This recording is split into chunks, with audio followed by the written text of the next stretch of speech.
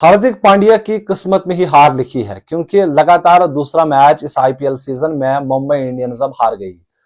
पहले मैच में गुजरात टाइटंस ने उनको हरा दिया और कल सनराइज हैदराबाद ने एक बहुत बड़ी शिकस्त उनको दी, क्योंकि कल सनराइज हैदराबाद ने पहले बल्लेबाजी करते हुए 277 रन बनाए थे। यानी जब कोई भी टीम टी20 में 277 रन बनाए, चाहे पिच छोटा हो बड़ा हो, रोड पिच हो, तो आप ये समझ जाइए कि 90% मैच उनके हाथ में है। और वही कल भी हमें देखने को मिला, जहां पर पहले अगर सनराइज हैदराबाद की बात करें तो ट्रेविस हेड ने शानदार शुरुआत दी, उसके बाद अभिषेक शर्मा की वो शानदार इनिंग्स, फिर मार्करम और उसके बाद क्लासन का तूफान आ गया और जिस तरीके से उन्होंने फिर रन्स बनाए वो देखने वाली बात थी। एक बार फिर से मैं ये कहूंगा कि हार्दिक पांड्या की गलत कप्तानी की वजह से कहीं ना कहीं फिर जो टीम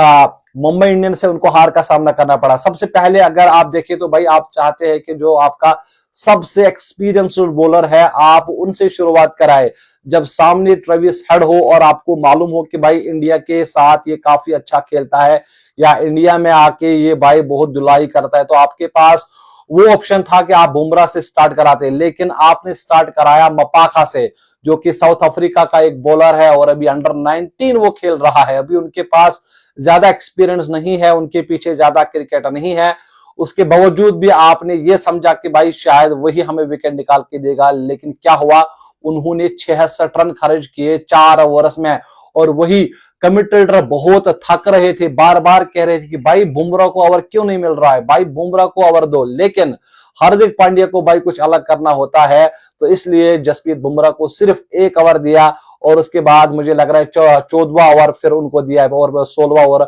शायद 19वां ओवर उनको मिला। तो भाई अगर आपको पिटाई हो रही थी, अगर ट्रेविस हेड खेल रहे थे, दूसरी तरफ से अभिषेक शर्मा छक्के चौके लगा रहे थे, तो अगर आप अपना एक्सपीरियंस बॉलर यूज करते तो शायद जसप्रीत बुमराह वहां पर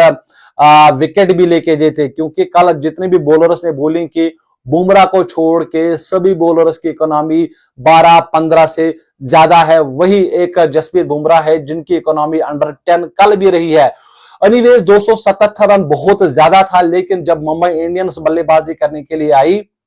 तो इंटेंट के साथ उन्होंने खेला। चाहे ईशान किशन की बात करें, रोहित शर्मा की बात करें, आप तिलक वर्मा की बात करें या किसी और बल्लेबाज की,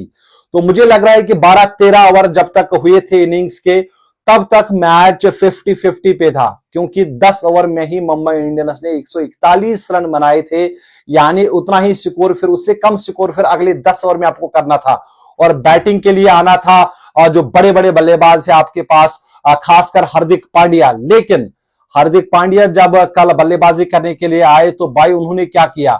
उन्होंने 20 गेंदों पर 24 रन बनाए और स्ट्राइक रेट उनकी 120 थी। अगर आप देखें तो बाकी जितने भी बल्लेबाज थे उन्होंने 200-250 के स्ट्राइक रेट से रन बनाए, लेकिन हार्दिक पांड्या साहब, जैसे मैंने कहा, उनको कुछ अलग करना होता है। उन्होंने कल 120 के स्ट्राइक रेट से 20 गेंदों पर 24 रन बनाए। हालांकि फिर ज्यादा रनों से शिकस्त नहीं हुई, अगर 20 गेंदों पर वो 40-45 बनाते तो शायद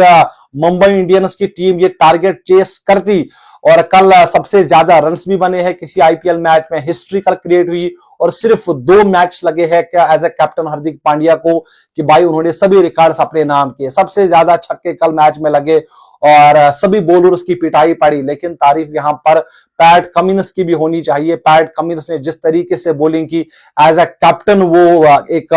अच्छे कप्तान कल साबित हुए, साथ ही साथ जो उन्होंने बॉलिंग की, क्योंकि भाई कल बॉलर्स के लिए ज्यादा कुछ नहीं था। हम कल बॉलर्स की गलती नहीं मानेंगे, क्योंकि पूरा पाटा पिच था, रोड पिच था और जो भी गेंद बल्ले पे आती थी, शॉर्ट बाउंड्री होती है हैदराबाद में, तो वो गेंद बाउंड्री से बाहर ही चली जाती थी। स्टिल अगर आप देखें तो पैट कमिंस ने काफी अच्छी गेंदबाजी की और अपनी टीम को फाइनली मैच जितवाया। अब यहां पर सवाल निशान ये है कि क्या हार्दिक पांड्या को कप्तानी आगे करनी चाहिए या मुंबई इंडियंस की जो मैनेजमेंट है उनको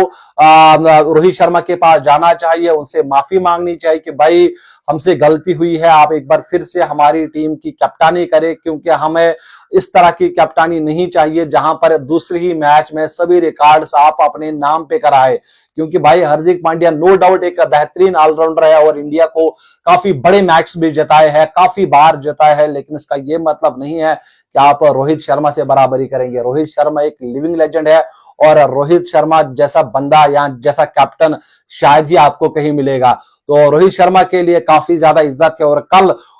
रोहित शर्मा ग्राउंड में भी इन्वॉल्व नजर आए और हार्दिक पांड्या को भी समझा रहे थे काफी बार। स्टिल जैसे मैंने कहा कि भाई अगर हार्दिक पांड्या कैप्टन है तो वो खुद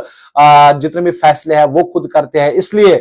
कहीं ना कहीं जो मुंबई इंडियंस की टीम है जिसके लिए वो जानी जाती है कि भाई हर टीम में जहां पर भी वो मैच खेलते हैं तो एक डर सा होता था मुंबई इंडियंस का, लेकिन वो डर वो खौफ अब खत्म हो गया है क्योंकि अब रोहित शर्मा की टीम वो नहीं रही है, वो अब हार्दिक पांड्या की टीम रही है जिसमें अब कोई क्लास नजर नहीं आ रहा है। क्योंकि इस वक्त अगर आप देखें तो इंडिया का जो सबसे बेहतरीन बॉलर है जसप्रीत बुमराह वो उनके पास है, इंडिया के पास जो इस वक्त कैप्टन है रोहित शर्मा वो उनके पास है, बेस्ट ऑलराउंडर वो मुंबई के पास है हार्दिक पांड्या, ईशान किशन, मतलब कि इनका टीम जो है वो एकदम क्लास है। लेकिन खराब कप्तानी की वजह से कहीं ना कहीं जो इनकी टीम है वो अब खराब होने लगी है। फिलहाल आप मुझे इजाजत दीजिए, आप अपना बहुत सारा ख्याल रखिए। अल्लाह हाफिज।